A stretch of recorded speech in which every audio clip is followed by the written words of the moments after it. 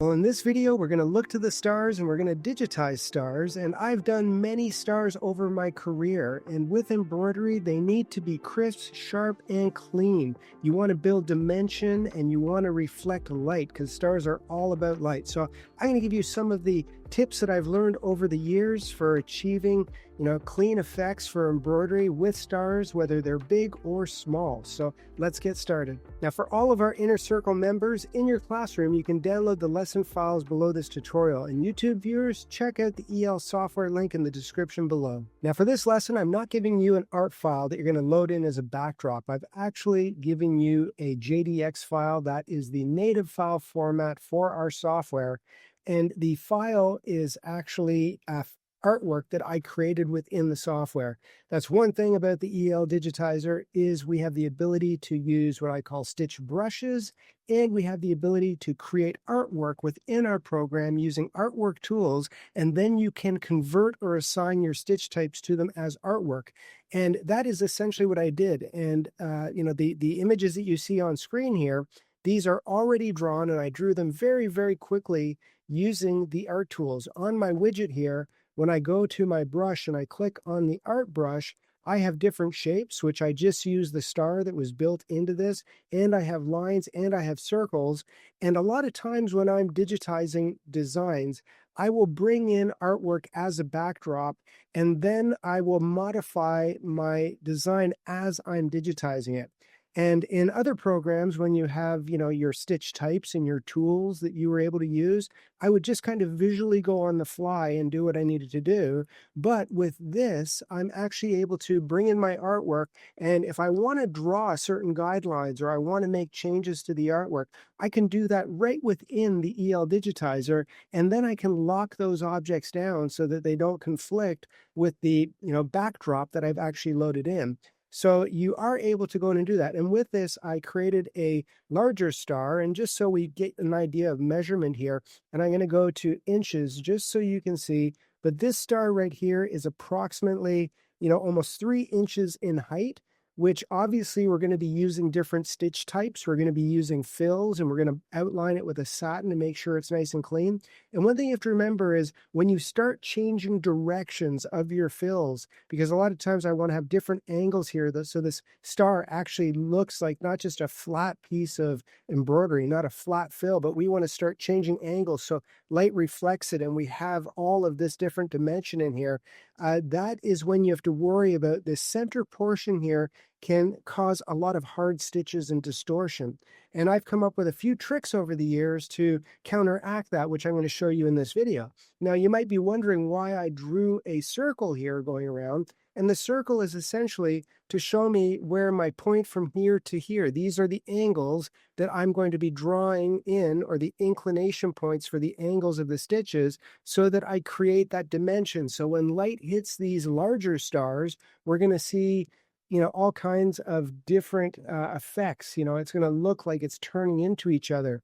And as I get to larger pieces, I might do the same thing. Like this one here, if I measure it, the distance is about 2 inches. So that is going to actually give me the ability to do probably a satin effect in here as opposed to a fill. And this one here is going to be, 1 inch. And this one here is going to be 1/2 inch, and then I have smaller and smaller stars until I get to teeny tiny little stars, which if I measured these in millimeters, these are going to be approximately 3 millimeters. So that's a tiny, tiny little star. And obviously the way I digitize a large object is going to be completely different as we start to make this design get smaller and smaller. So that's the whole idea behind this, but we want to make sure that we watch how much density we're putting in. We don't want distortion. We don't want hard stitches. We're going to have to watch the flow of the stitches to counteract distortion.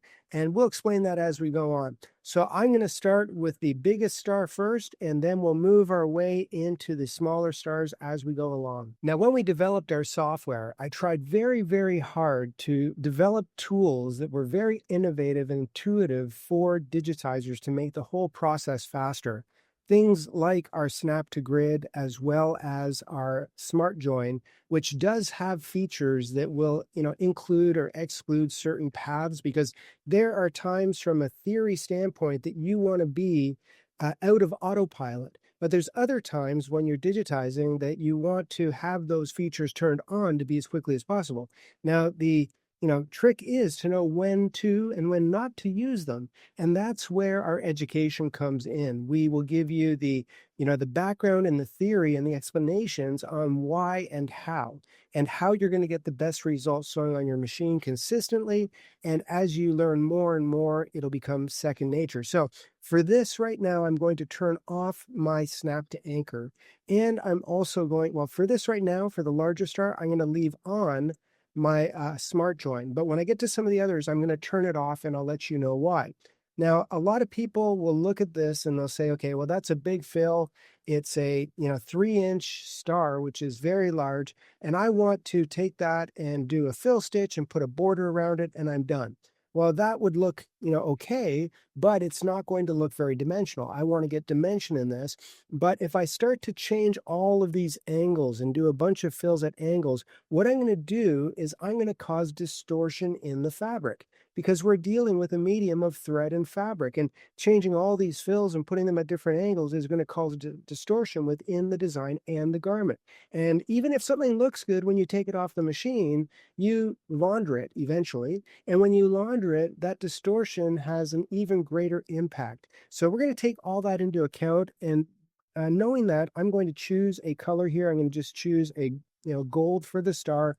And I'm going to go to my fill stitch and I'm going to do a fill stitch with a lower density. I'm going to choose actually 1 millimeter density, and I'm probably going to change this to zero 0.8 afterwards, but 0.4 is regular density. That's a density that you can't see the fabric really behind the stitches. There's enough, there's no real space between the actual line of stitches going back and forth, and that is full coverage. Well, if I'm doing 0.8, that is, separating that space and you would see the fabric showing through. So this is 1 millimeter right now, and I'm going to pretty much digitize right on this line. So I'm just going to go all the way around this, and I'm going to do this as a fill, and I'm just going to hit the enter button. It's going to close that shape. I'm going to go straight across. So I'll just do a straight across line. We do have now where if you hold, your control key down, you will get your angles while you're doing it. But I'm going to just go right to a horizontal, and I'm going to have a start position and a stop position. Now, keep in mind, my auto join is on, so it will change this as it goes. So there I can see that's my fill. If I turn the 3D on, we can see that it is still a very, very loose fill. So what I'm going to do now is I'm just going to select that fill. Let's go into my properties really quickly, and I'm going to change that to 0.8 millimeters. So I have a 0.8 millimeter fill, and I have a 4 millimeter stitch length. It's just a standard pattern, one of the standard fill patterns in there, and I think that's fine. Now what we're going to do is we are going to start to create the dimension, the light. So I'm going to choose a different tool now. I'm going to actually choose a fill pattern. I'm going to use the same fill pattern, but now I'm going to use the fill, and I'm going to start, let's say, right here, and I'm going to put a point here, here, and then I'm going to go right to, let's say, here, and I'm going to start doing this. Now, there is a 0.2 millimeter pull compensation that is happening on the objects that I'm creating. And I know that because I'm in the cotton recipe, and I've set up that recipe so that it has a bit of pull comp. So even though I'm creating stuff right on the line, and I've cut it short a little bit here and here, also keep in mind, I'm at 360%. I might choose to be, 300. Usually I'm between 300 and 600%, but 600 is a bit too big, so I'll stay at the 300. But I might even zoom in a little bit for this one. I'll break my own rules because I want to see as much real estate of the design on screen. Now I'm going to enter that, and then I'm going to come here and I'm going to put in my stitch direction. So the inclination point from this corner here, right to this corner here on the actual circle, that's going to be the direction of the stitch. And I really don't, care about the start and stop points because my smart join is on. And there is that fill. And then what I'm going to do is I'm going to do the next piece, which it depends if I want to go clockwise or counterclockwise. Really doesn't matter. I have always kept it a habit to do things consistently. So I'm going to go in a clockwise motion as I move forward. So I'm going to cut this stitch short right here, cut this one, and then I'm going to go right up to here and hit that enter. And then I'm going to do a stitch direction again, using that point right there into the circle. Again, start and stop don't matter because my smart join is on. And I'm just going to continue to do all of these points. Start right here, go to here, go to here. I'm not coming in right to the very end because I don't want to build up hard stitches. And I'm kind of, putting a little bit of an angle that's close to the angle right here. And there's that piece right there. I'm going to now do this one. Again, same deal. I'm just going to come in like this and do this point right to here. I'm going to, put an inclination, again, changing that angle. So all these angles are, ever so slightly changing as I'm moving around this design. Again, not coming right into the very center of that because I don't want to create, a really big bulletproof mess in the center of this object. And then I'm going to do this one here, here, right to here, here, and back up to the top here where I'm just going to go like this. And again, inclination point. I'm just going to come right over here, do an inclination point right from here to here, hit enter, and I'll just keep going around this object. And again, cutting it short a little bit at the open ends of the fill, hitting enter, putting an inclination point, enter, enter, and I am done. And I'll just continue to go around all of these objects and essentially do the same thing. Again, I want to put in an inclination point right to here. Just click and drag, enter, enter. And then I'm going to do this one as well. I'm going to come here, here, here, here, and here. Enter, inclination point, enter, enter, and done. And same thing here. Just coming in and doing all of these points, enter, inclination, and done. And now I've done all of these. Now, if I look at this right now, and I'm going to go into my sequence. So here is my sequence. And I'm going to see this is actually my artwork, and it should be locked down. Actually, I'm going to take that one and I'm just going to lock it in place so you don't accidentally grab any of those. I should have done that before, but that way I don't grab any of those black pieces of artwork that are there. But what I'm going to do here is I'm going to take this and I'm going to look at this object, and this one right now, when I look at my properties, it says that it's 0.8 because we've already changed it. I have underlay, and then I'm going to select all of the objects. So I Control A to select all of them, and I'm just going to unselect the first one. So now all the others are selected. And now if I look at the density here, I'm going to change the density. I'm guessing probably to about a 0.6 millimeters, so 0.6.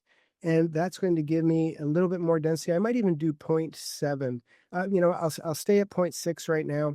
And then what I'm going to do is I'm going to tell it to do no underlay because I don't want any underlay on this. So I'm going to take off the underlay. I already have underlay on that base fill, so I don't need underlay there, but you can see that there is a lot of traveling stitches. And within our program, we actually do have it set up so that we can tell it to have a travel, route on the edge. So I'm going to do a travel route on the edge of my object so that it's not going to travel through the center. So now I've set up all of these little pieces. I've changed the density and I have everything done. So when you look at this, I see all kinds of different direction, but there's a base fill holding it down. And then there is a fill with less density. And I never really put a lot of density right there in the center. Now, all I have to do if I want to finish a border around this is I'm going to grab that original object, that first star that I did, and I'm going to take that and I'm going to right click over top of the wireframe. I'm going to copy it and I'm going to paste it. And when I copy and I paste, now you can see I have a regular fill over top, which doesn't make much sense. But the cool thing about our software is anything that you create as a fill, it was original fill, I can come here and turn it into artwork. So now I have that as artwork. And because it's artwork, I could change it right now into a steel stitch. And a steel is a fixed width satin. And the fixed width satin has a width of 2.5 millimeters, which is pretty good. And if I look at the start and stop points on this, it's, starts here, stops there. So that looks good as well. But there I have just created my object. Now, keep in mind when I create my next object, that stop might actually move because I have the smart join on. And again, it's smart, it tries to join, but you always have to make sure that it joins properly. If it joins right here in the corner like this, it might actually mess up that corner, which it actually just did. If I look at that right now, I can see that it's messed it up. So I might actually, move it to here and then it fixed it. But, we have to love that the software does things automatically, but we have to know enough about digitizing to see when it does something kind of mathematically wrong, goes hard into a corner, that we just have the foresight to move it a little bit and it fixes the problem. Now, that said, when I start the next design, which is the next largest one, which is right here, I'm probably going to have to move that point that I just changed again because it's going to try to join closest point. Now, for the next star I'm going to do, I'm just going to come over here and I'm going to make sure that I've selected. I'm going to hold down the space bar, which is my panning feature. I can then left click and pan anywhere I want. I'm going to just bring it over there so we can see it. And I do have some decisions to make. I want to make sure that I am in millimeters so I can see that I'm in millimeters because I can see 70, 80, 90. That is kind of an indicator. If I go like this, it says, 3, 4, that's showing me that it's in inches. So I'm going to be in millimeters because I want to use my ruler and I want to measure the space right from, let's say, here over to here. That's 10.3. So I can go a little bit farther. I have to remember that as soon as I hit 12.1 millimeters, I'm going to end up creating a trim and a jump stitch. And you don't want your machine to do that. It's called invisible embroidery. So I have just assessed that, yes, I can use a satin here. And I'm going to not use a split satin because in our software, we have it set so if you go over 7 millimeters, it'll automatically split. And that's set as a default. But I'm going to overwrite that, turn the split off because I want these stars to look really nice and, vibrant and long stitches. But the problem with long stitches is when I do a long stitch from here to here, and then even though I put underlay down, I launder it. And if it's a really long stitch and if it's on a shirt like this, it's going to cause the stabilizer to kind of pull in a little bit. And I might get some loopy stitches, some loopy embroidery. So the way to combat is to do almost what we just did. I'm going to put down a base fill. So I'm going to come right here. I'm going to choose my fill stitch again. And I'm going to make sure that I have, again, my density on my fill is set to 1 millimeter, but I'll probably change it to 0.8 again. And this time I'm going to do the fill, but I'm going to do it a tiny little bit on the inside of the object. And I'm talking, and I should go to 600% now because I have no excuse. So there's 600% here. Let me just pan over because we can see pretty much everything on the screen now at this scale. So there's 600% there. I'm just going to go there, come here, then go right over to here, then go over to here, then come right to here, here, here, here, and then it's done. And let's just choose an inclination point going straight across, enter and enter. So there is my fill. And that fill that I just did, I'm going to change that to 0.8 millimeters as well. So now it is a base fill. And I'm going to turn off the 3D because I want to see what I'm doing. Now I'm going to build my satin stitches over top. I'm going to use a satin stitch, and I have different satin stitch inputs. There is my classic satin, which is a point counterpoint, and I love that for certain things, but I'm going to make something even easier. We're going to use our satin feature, which actually allows you to draw the shape and then put in the inclination points, and that's going to be much more effective in this situation. Now I'll do the same thing. I'm going to start, let's say, with this one right here, and then I'll move my way around. I'm going to choose in my brush, my satin tool. I'm going to choose a 0.6 millimeter density. Remember, 0.4 is full coverage. 0.6 is actually a little less than full coverage, which is fine because I have a base fill underneath. And that's the whole thing about having that base fill down. Now I'm going to keep it. I'm not going to adjust the underlay because I know that my cotton has an edge run underlay with a 0.2 millimeter pull compensation. So it's going to exaggerate these stitches. So I'm just going to start right over here and I'm going to put a point right here. I'm going to over exaggerate this just a tiny little bit. and I'm not going to try, I got to remember that the stitch angle is going to come like this. So I'm going to try not to come overly hard into the center of this object. And then I'm just going to come right back over here. I can see that I've exaggerated that line. I'm going to hit enter, and then all I have to do is put one inclination point in so that it crosses over the angle that I want. And I hit enter, and it is done. So now that is done.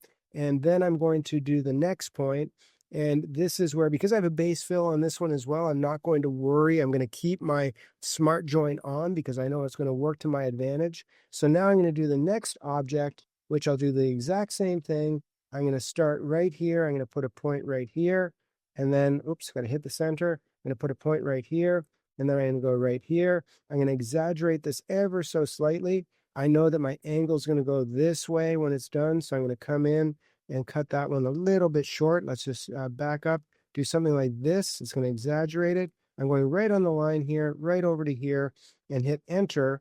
And now put this point in just like that. Again, making sure that it's going to be right on, enter and enter. And now that one's done. And if I look at this now in 3D, you can see how we're starting to get that look. Now, as I mentioned, we're going to have to turn off our auto splicing, but we'll do that afterwards. Same thing here, looking at my stitch direction, try not to come in hard to the center of this because that is going to, work against me, but I am going to over exaggerate that little piece there just a little bit so that I get something like that, enter, and then I'm going to come from here over to here so it crosses over, enter, and then that's done. Let's just pan down a little bit so we can see it here. Do the same thing here. I'm going to put a point in right to that point there. Come over here, over exaggerate that just a little tiny bit, and then come over to this side. And again, come here, come straight in so that I'm keeping the same angle. That's where drawing that circle in, it is a lifesaver because it makes sure that all your angles are consistent. And I will just continue to do the same thing. Come right over here. Let's do this point right here. Come in like this. I'm going to go over to here. I'm going to exaggerate this point a little bit, come right down to here like that, enter, and let's do this one again, crossing over.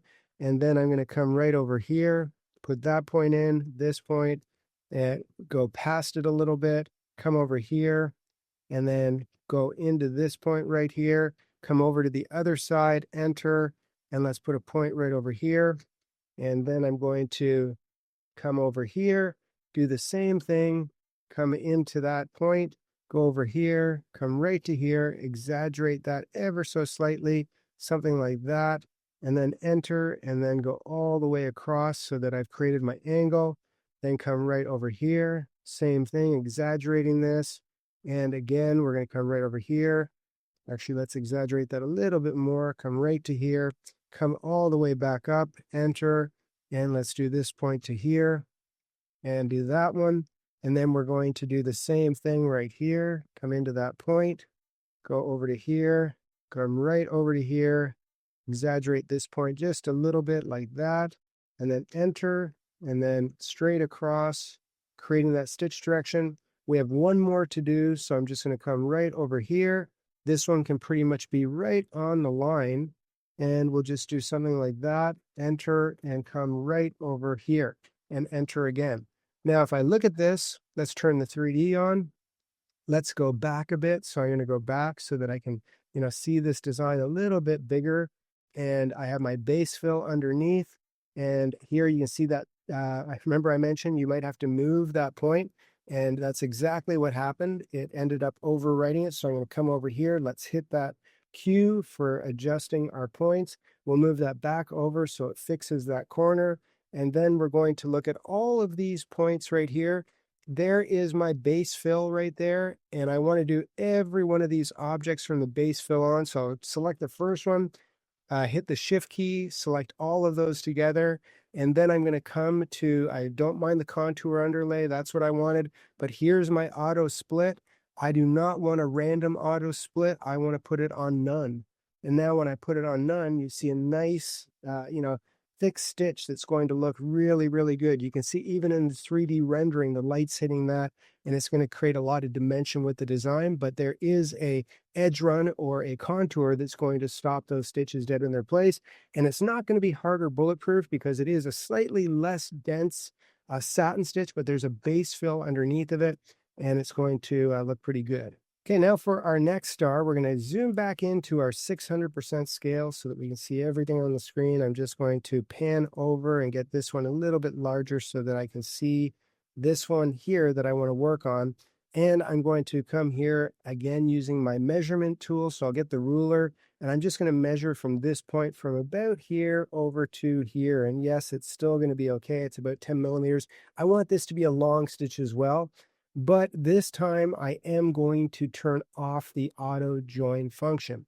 And I'll explain that, sorry, not auto join, the smart join function. So I'm going to click it off so you can see it's no longer checked. Now that means that I'm going to have to watch where I start and stop because I am going to have this trim if the start and stops aren't close to each other. In other words, I start, I stop, I need to start and stop, I need to start and stop. You need everything to connect so that it doesn't generate unnecessary trims in the design. But I want to do this because I want these long stitches to come down and I want them to go all the way down here and then go up and go all the way down here. I don't want them to break apart and do part way down and part way up because in that situation with really, really long stitches, I could see some gapping in this embroidery, and I don't want to see any gapping. So what I'm going to do is I'm going to also be toggling between my hotkeys. I'm going to go to my number 1 on my keyboard, which is my running stitch, and I'm just going to come in here and put a couple of ziggy-zaggy stitches right there, and then run up to the top. And I could come here and I could put a little point here and here, and it's going to give me a little point, a stitch up there. Now, I didn't do that here, but you're going to see that on this larger piece, it's going to look crisp and clean. I exaggerated that point there because on this one, I am going to use now my classic satin. The classic satin is the point counterpoint, and I'm going to start and cut it short a little bit. And I do have the 3D on right now. I could turn it off, but you can see I've cut it short from the end. So there on the end, it's 6:1. I'm not coming right up to the top. I've cut it short. I'll put the 3D back on, and I'm going to go right over till about here. And then I'm going to come over to the other side. So I'm exaggerating that point. And then I can turn the 3D off for a second. I'm going to exaggerate this on either side. So it's going to go all the way down past that like that and enter. Now, if I look at that and oops, I do have the density set wrong. I'm going to select that right now. Let's select that density, change that to 0.4 millimeters. I want 0.4 so that it is full coverage. And I'm going to change the underlay, but I'll do that afterwards. So there is my first piece. So you can see that and I'm going to turn off that split stitch as well afterwards. So I'll change that as well. But there's my first piece and it's going all the way down into the bottom. And you see that's where I end. So now what I'm going to do is I'm going to hit my number 1 again, which is my run stitch. And I'm going to start right there, go up to the top here, exaggerate that stitch just like I did the other one, hit enter.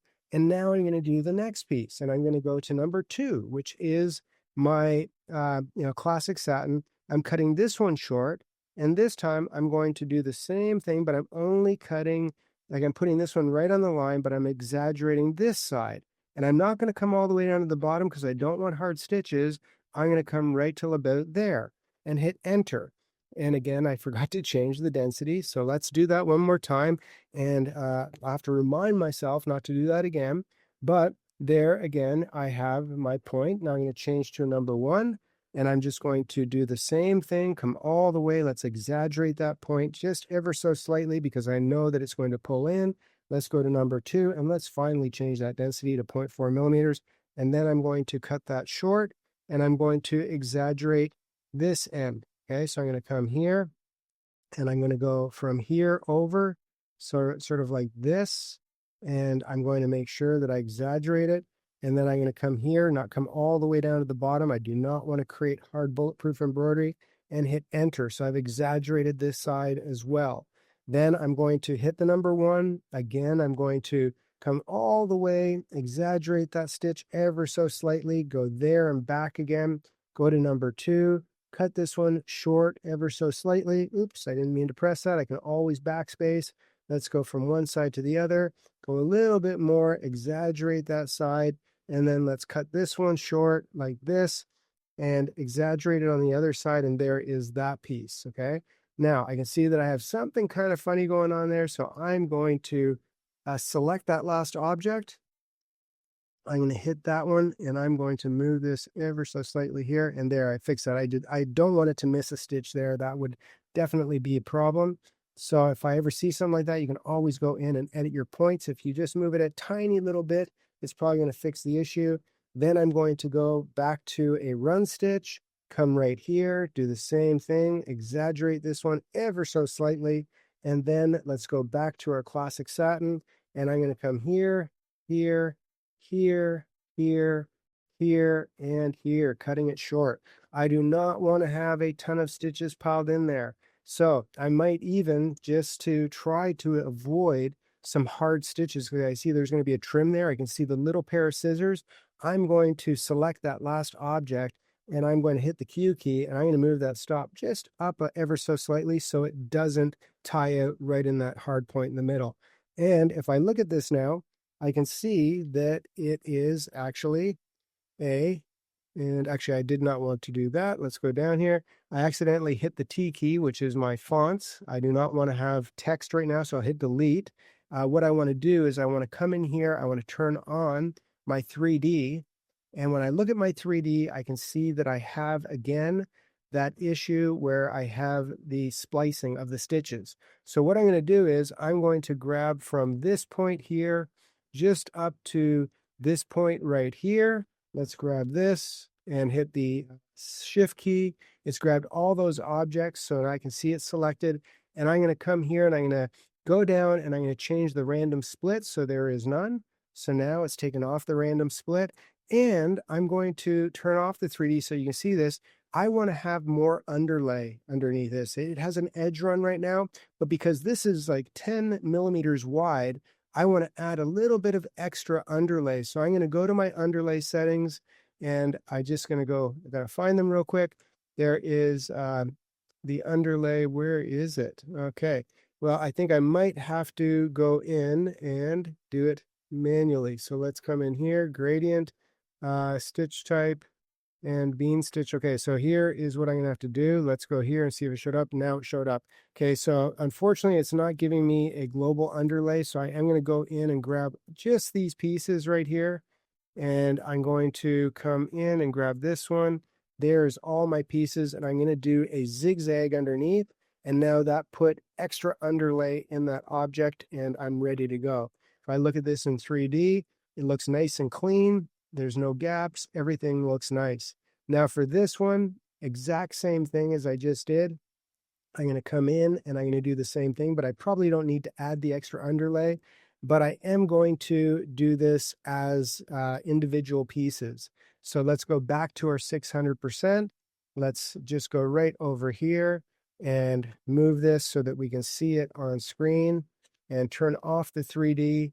I'm going to go back to my number 1, which is a run stitch.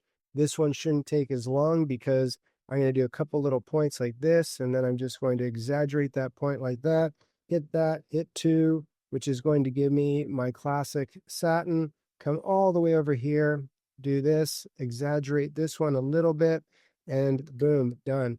And then number 1, come over here, come straight up, exaggerate that back. It's giving me a nice point on it. Number 2, cut that short a little bit, come right to this point here, and let's exaggerate this one just like this, cut it short on that side, and enter.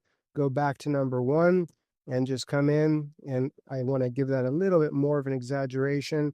Hit enter, hit number 2, come in, do the exact same thing, exaggerate the pull on this side, not on the other side, and that was done. Again, I'm trying not to build up too many stitches right into the center there. That's my main objective, is to make sure that this machine doesn't start thumping as it's sewing. If you've ever heard your machine start to make noises as it gets to some hard areas, some areas where you've had lots of density hammering down. That's what we want to avoid. So now I'm going to hit the number 1 key again. I'm just going to come right up here, exaggerate this point out a little bit further, back again, number 2, hit this. Let's do it one more time. Go right here, cut that short. Here, here, here, here, here, and here. And then again, the only thing I'm going to do is hit that Q button. Once I select that object, let's select the right object. Make sure that I have the tie out of the area a little bit, but all the rest of them are actually going in the right direction. And that one also is done. And then I can do this little piece. They're getting smaller and smaller as I go along. With these two, I might do something a little bit different. I'm going to come into this one. Let's just pan up and over a little bit. And I'm going to go into my run stitch. And I'm going to start in here. And again, I'll do the same thing. But this time, I'm going to come in and I'm going to put all of my points down at the beginning to save a bit of time. Because this is getting so small, I don't have to really worry about as much movement in the design.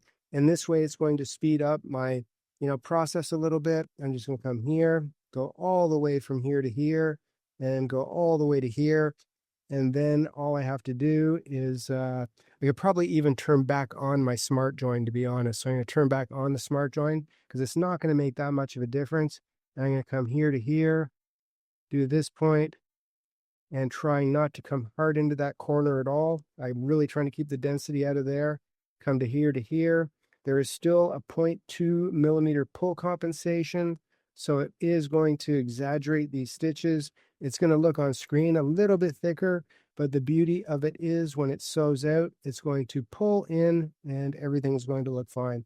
So there, I can see when I turn on 3D, it is nice and full in there, and I'll probably just leave it like that. Now for this one here, exact same thing. Let's go to number 1. I'm going to come here, just tie in my stitches, and I'm just going to do something like this if I wanted to. I could do something like that, and then start putting in stitches like this. And that might be just enough to do it.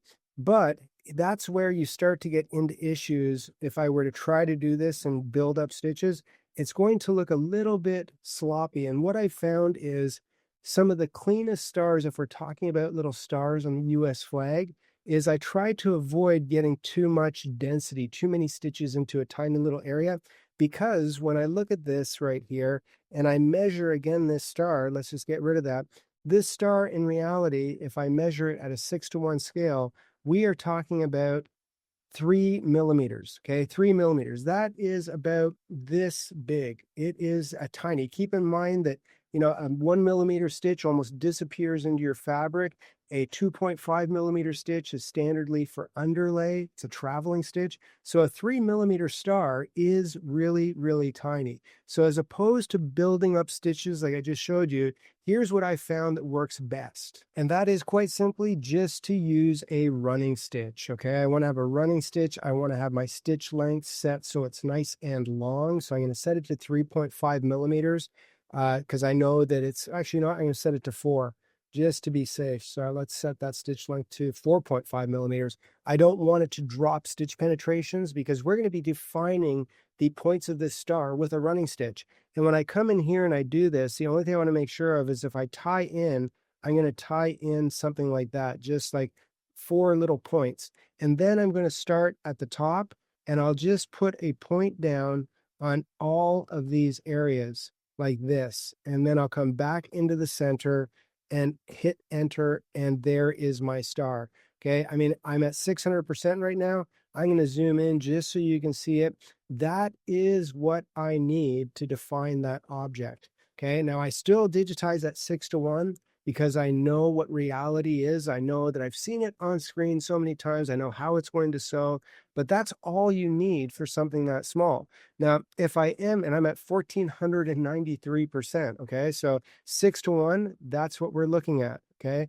And if I go to a 1:1 scale, let's just go to 100% and come in here. So there's 100%. That's how small that little star is. I'm going to turn the 3D off. I mean, it is tiny, tiny, tiny, okay? Now, I do see a trim here that looks like it's unnecessary. I'm going to figure out where that trim came from. I'll look for that afterwards, but let's come over here and I'm going to come back to my stars. I'm going to go to 600% and I'm going to just pan over. And if I am doing a group of stars like a US flag, I have all the stars that are kind of going back and forth. Whenever I was doing work like that, I'm going to turn the 3D on.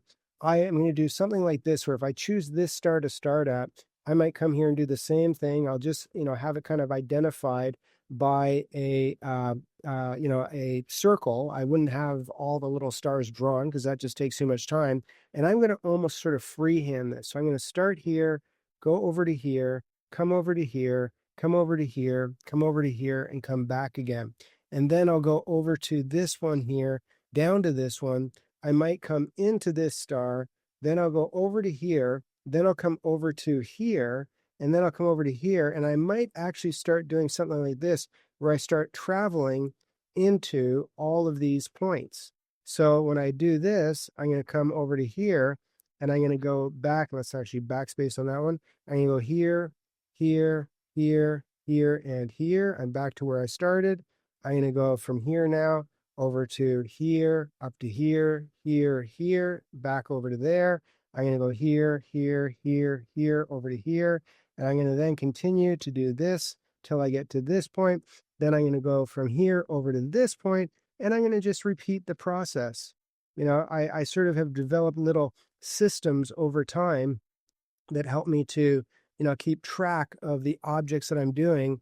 And once you get into the rhythm, the rhythm of repeating these objects, you don't get lost. You don't, get into a point where here's my next point here, boom, boom, boom, boom, boom, and I am off to the races. Now I just have to finish these and go here to here.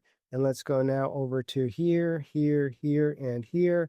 And I'm going to go right back to the center, hit enter, and there is my little stars. So, that is stars, big stars, little stars. No matter how you look at a star, you want to look at the shape, you want to measure the stitches, you want to choose the appropriate stitch length. It could be a running stitch, it could be a satin stitch. You might want to exaggerate the points of the stars so they look cleaner. You might want to change the whole, I guess, graphic of the star so that you end up having, a different type of depth when the light hits it. And when you have a fill, you might want to put a satin border around it so it looks actually cleaner when it's done. Now, I did remember seeing that little trim here, which I did not like. And, I know that I was changing some properties, some settings, and usually before I save my JDX file, which is my native file, I do look at my design. I make sure that I don't see anything kind of funny because I know that, this object should not have any trims sort of in the middle of it.